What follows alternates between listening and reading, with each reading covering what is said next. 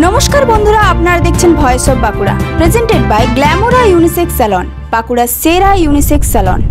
শিক্ষা আন্দোলনের এক অনন্য সহযোদ্ধা অধ্যাপক বিশ্বনাথ কয়াল আর আমাদের মাঝে নেই, কিন্তু তার অবদান আজও জ্বলজ্বল করছে স্মৃতির আলোয়।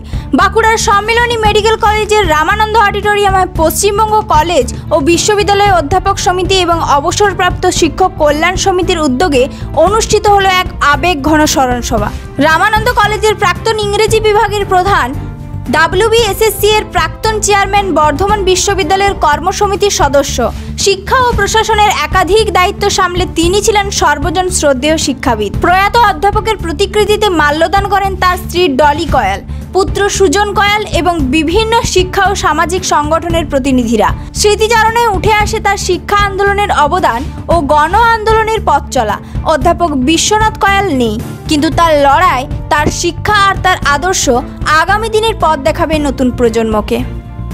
এই ধরনের গুরুত্বপূর্ণ খবর সবার আগে পেতে আমাদের চ্যানেলটি সাবস্ক্রাইব করুন আর ভিডিওটি শেয়ার করতে ভুলবেন না।